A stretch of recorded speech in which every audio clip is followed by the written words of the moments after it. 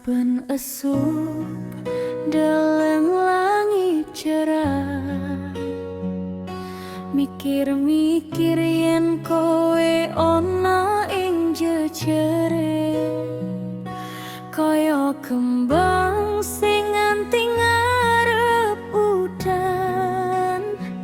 Hatini pun terus nunggu sembahyangmu.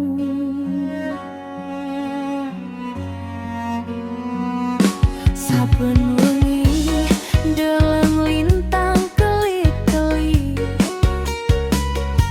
pikir yen kowe lagi ndeleng sing patah.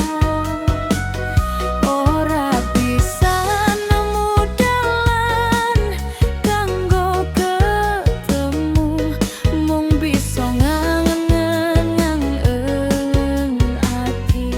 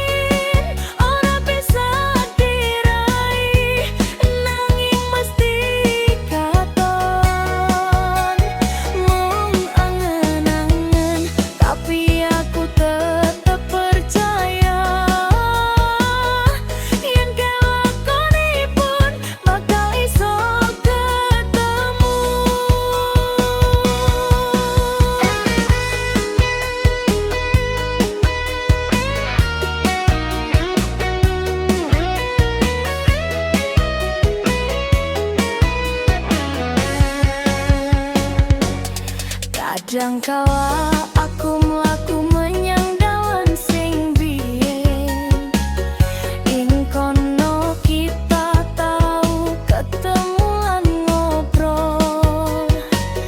Kenangan sing ayu mesti ana ing ati, nanging saiki mung tinggal bayangan.